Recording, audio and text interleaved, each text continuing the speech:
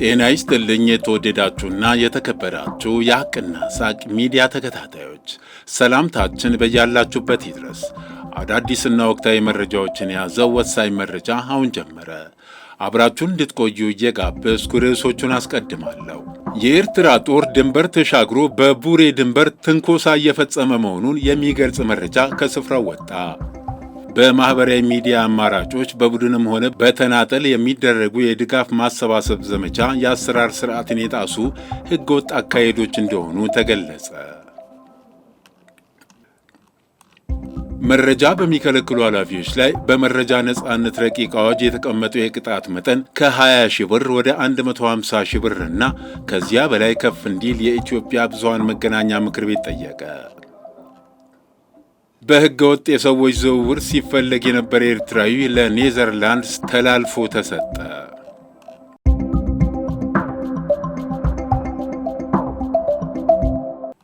የኤርትራ ጦር ድንበር ተሻግሮ በቡሬ ድንበር ትንኮሳ እየፈጸመ መሆኑን የሚገልጽ መረጃ ከስፍራው ወጣ።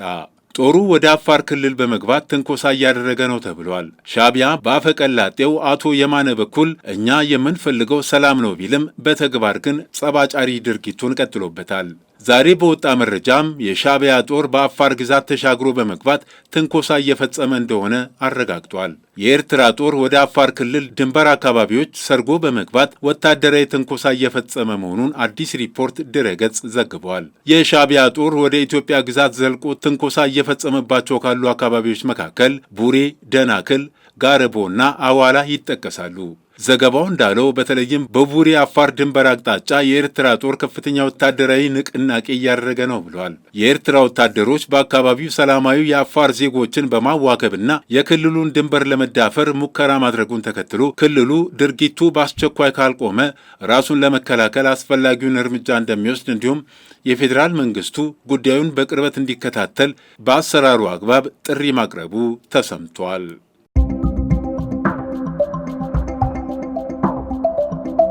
በማህበራዊ ሚዲያ አማራጮች በቡድንም ሆነ በተናጠል የሚደረጉ የድጋፍ ማሰባሰብ ዘመቻዎች የአሰራር ስርዓትን የጣሱ ህገወጥ አካሄዶች እንደሆኑ ተገለጸ።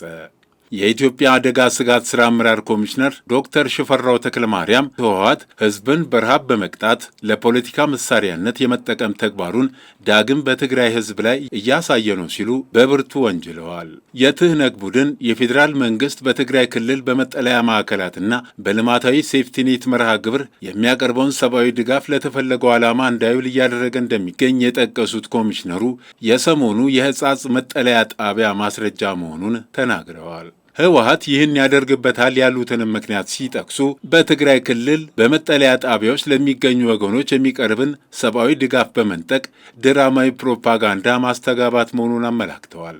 ዓለም አቀፉ ማህበረሰብም የፌዴራል መንግስት በግልጽ መረጃና ማስረጃ የሚልከው ሰብአዊ ድጋፍ የት እንደገባ መጠየቅ አለበት ያሉት ዶክተር ሽፈራው በቡድኑ የሐሰት ፕሮፓጋንዳ መደናገር እንደሌለበትም አሳስበዋል። የፌዴራሉ መንግስት አስተማማኝ ድጋፍ እያደረገ ነው ሲሉ የሚከራከሩት ኮሚሽነሩ ሙግታቸውንም በአሃዝ አስደግፈዋል። በዚህም በትግራይ ክልል ከባለፈው ጥር 2017 ዓ.ም ጀምሮ እስከ ታህሳስ ወር 2018 2 ሚሊዮን ኩንታል በገንዘብ ሲተመን 32 ሚሊዮን ብር የሚገመት ሰብአዊ ድጋፍ መሰራጨቱን አስታውቀዋል። ይሁንና ህወሓት በትግራይ ክልል ሰብአዊ ድጋፉ ተደራሽ እንዳይሆን በማስተጓጎል ድጋፉን ከችግረኛ ዜጎች በመንጠቅ ዳግም የህዝብ ጠላትነቱን እያረጋገጠ እንደሚገኝም ጠቅሰዋል። ህወሓትም በብርቱ የወነጀሉት የኢትዮጵያ አደጋ ስጋት ሥራ አመራር ኮሚሽነሩ በተናጠልም ሆነ በቡድን የሚደረጉ የድጋፍ ማሰባሰብ ዘመቻዎችም የአሰራር ስርዓትን የጣሱ ህገወጥ አካሄድ ናቸው ሲሉ ተናግረዋል።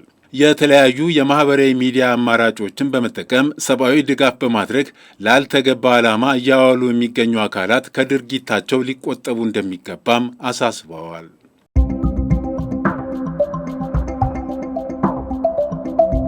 መረጃ በሚከለክሉ ኃላፊዎች ላይ በመረጃ ነጻነት ረቂቅ አዋጅ የተቀመጠው የቅጣት መጠን ከ20 ሺህ ብር ወደ 150 ሺህ ብር እና ከዚያ በላይ ከፍ እንዲል የኢትዮጵያ ብዙሃን መገናኛ ምክር ቤት ጠየቀ። መረጃዎችን በሰነድ መስጠት ሳይቻል ሲቀር ኃላፊዎች በቃለ መጠይቅ ተጨማሪ መረጃዎች እንዲሰጡ የሚያስገድድ አንቀጽ በአዋጁ ላይ መስፈር እንዳለበትም ምክር ቤቱ አሳስቧል። ምክር ቤቱ ይህን ጥያቄ ያቀረበው የመረጃ ነጻነት የአዋጅ ረቂቅን በተመለከተ ትናንት ሐሙስ ታህሳስ 16 2018 ዓ.ም በአዲስ አበባ በተካሄደው ውይይት ላይ አስታውቋል። በፍትህ ሚኒስቴር ስር ተዋቅሮ በነበረው የመገናኛ ብዙሃን የሥራ ቡድን የተዘጋጀውና በኢትዮጵያ ሕዝብ እንባ ጠባቂ ተቋም የዳበረው የመረጃ ነጻነት የአዋጅ ረቂቅ በአንድ ወር ጊዜ ውስጥ ወደ ሕዝብ ተወካዮች ምክር ቤት ይላካል ተብሎ ይጠበቃል። ምክር ቤቱ አዋጁን ከማጽደቁ በፊት ጉዳዩ የሚመለከታቸው አካላት ተጠርተው የሕዝብ አስተያየት እንዲካተትበት እንዲደረግም በዚህ ውይይት ላይ ተነስቷል። በዚህ እሳቤ በተዘጋጀው በትናንትናው የውይይት መድረክ ላይ የኢትዮጵያ መገናኛ ብዙሃን ምክር ቤት በአዋጅ ረቂቁ ላይ መሻሻል ይገባቸዋል ባላቸው ጉዳዮች ላይ ምክረ ሀሳቦችን አቅርበዋል። ተቋማት ወይም የተቋማት ኃላፊዎች መረጃ ሲጠየቁ በ48 ሰዓታት ውስጥ ምላሽ መስጠት አለባቸው በሚል በአዋጁ ረቂቅ ላይ የተቀመጠው አንቀጽ በምክር ቤቱ እንዲሻሻል ከተጠየቁት ውስጥ ይገኝበታል። የመረጃ መስጫ ገደቡ ለአስቸኳይ ጉዳዮች ሲሆን ከዚያም ባጠረ ጊዜ እንዲሰጥ የሚል ሀሳብ ሊካተት ይገባል ሲል ምክር ቤቱ የማሻሻያ ሀሳቡን ገልጿል።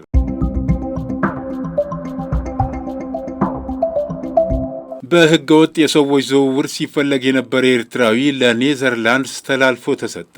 በተባበሩት አረብ ኤምሬቶች ተይዞ የቆየው የ41 ዓመቱ ኤርትራዊ ኪዳኔ ዘካርያስ ለኔዘርላንድስ ተላልፎ ተሰጥቷል። የኔዘርላንድስ የወንጀል ምርመራ ቢሮ ኪዳኔ ከሊቢያ ወደ አውሮፓ የሚጓዙ ስደተኞች ላይ ጥሰት ከመፈጸሙ በተጨማሪ ሰዎችን በማዘዋወር የወንጀል ቡድኑን በመደገፍና ጾታዊ ጥቃቶችን በመፈጸሙ ሲፈለግ ነበር። ግለሰቡ በኢትዮጵያ የፍርድ ሂደት ላይ ሳለ ካመለጠ በኋላ በ2021 በዓለም አቀፍ ደረጃ ተፈላጊ ከነበሩ ሰዎች መካከል ገብተዋል። ኪዳኔ ዘካርያስ በ2023 የተባበሩት አረብ ኤምሬቶች በመራቸው ኦፕሬሽን ላይ በሱዳን የተያያዘ ሲሆን ኤምሬቶች በሕገወጥ የገንዘብ ዝውውር ተጠያቂ አድርገውታል። የእስር ጊዜውን መጨረሱን ተከትሎም ለኔዘርላንድስ ተላልፎ ተሰጥቷል።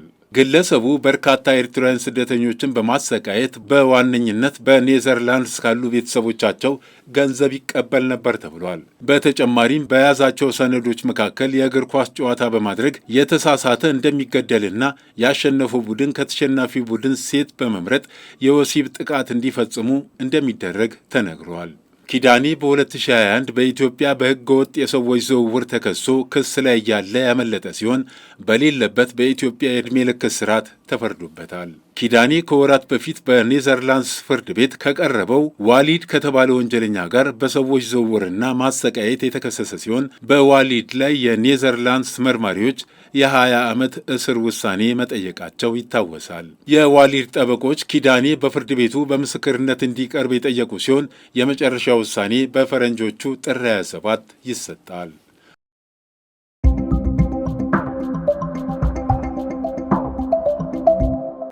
የአልሸባብ የሽብር ቡድን ለሶማሊያ እና ለቀጣናው ሀገራት ትልቁ አሁናዊ የደህንነት ስጋት ሆኖ መቀጠሉን የተባበሩት መንግስታት የባለሙያዎች ቡድን አስታወቀ። የአልሸባብ የሽብር ቡድን ለሶማሊያና ለቀጣናው ሀገሮች ትልቁ አሁናዊ የደህንነት ስጋት ሆኖ መቀጠሉን የተባበሩት መንግስታት ድርጅት ባለሙያዎች ቡድን ከትላንት ወዲያ ረቡዕ ዕለት ባወጣው ሪፖርት ላይ ገልጿል። በዚህም አልሸባብ በቀጣናው ደህንነት ላይ በተለይም ደግሞ በኬንያ ደህንነት ላይ ትልቅ አሁናዊ ስጋትን የደገነ መሆኑን ሪፖርቱ አመላክቷል። ምክንያቱ ደግሞ ቡድኑ ራሱ ያመረታቸውን ተቀጣጣይና ተተኳሾች ጭምር በመጠቀም በኬንያ ላይ ተደጋጋሚ ጥቃቶችን እየፈጸመ የሚገኝ በመሆኑ ነው ተብሏል። በዚህ ዓመት ብቻ አልሸባብ የሶማሊያ አዋሳኝ በሆኑ ማንዴራ እና ላሙ የተባሉ የኬንያ ግዛቶች ላይ በአማካይ በወር 6 ጥቃቶችን ፈጽመዋል። በመሆኑም አልሸባብ በኬንያ የደህንነት ኃይሎች ላይ ያነጣጠሩ ጥቃቶችን በመፈጸም መሰረተ ልማቶችን በማውደም፣ ከብቶችን በመስረቅ፣ ሴቶችን አፍኖ በመውሰድና በመድፈር ለኬንያ ትልቅ የደህንነት ስጋት ሆኗል ሲል የተባበሩት መንግስታት ድርጅት የባለሙያዎች ቡድን በሪፖርቱ አመላክቷል። የአልሸባብ የሽብር ቡድን በቀጣናው ላይ የሚፈጥረው የደህንነት ስጋት የሚመነጨው በዋና ከተማዋ ሞቃዲሾ በሀገሪቱ ፕሬዝዳንት ላይ ግድያ እስከ መሞከር የዘለቀ ጥቃት የመፈጸም አቅሙ ብቻ ሳይሆን የቡድኑ ከፍተኛ የሆነ የፕሮፓጋንዳ የመስራት አቅም፣ የተራቀቀ የዝርፊያና ገንዘብ የማግኛ ስልቱ እንዲሁም አደገኛ ያስገድዶ ምልመላ ስልቱ ጭምር መሆኑንም የመንግስታቱ ድርጅት የባለሙያዎች ቡድን አመላክተዋል። የተባበሩት መንግስታት ድርጅት የባለሙያዎች ቡድን ሪፖርት ይህንን ይበል እንጂ የሶማሊያ መንግስት በአልሸባብ ላይ የሚያካሂደውን ጥቃት አጠናክሮ መቀጠሉንና ድልም እየተቀዳጀ መሆኑን ፕሬዝዳንት ሐሰን ሼክ መሐመድ በተደጋጋሚ ሲገልጹ መሰማታቸው አይዘነጋም። ባለፈው ጥቅምት ወር ላይ የሶማሊያ ብሔራዊ ጦርና አጋሮቹ በማዕከላዊ ጁባ ቡአሊ ከተማ ባካሄዱት ዘመቻ የአልሸባብን ተባባሪ መስራችና የቡድኑ የደህንነት መሪ የነበረውን መሐመድ አብዲ መሐመድ ወይም በቅጽል ስሙ ጃክፋር ጉሬ የሚባለውን የአልሸባብ ዋነኛ ሰው መግደሉን መግለጻቸው ይታወሳል። የተከበራችሁ የሐቅና ሳቅ ሚዲያ ተከታታዮች ለዕለቱ ያዘጋጀናቸው ዋና ዋና መረጃዎች እነዚህን ይመስሉ ነበር። መልካም ጊዜ። መነሻችንም መድረሻችንም ኢትዮጵያ።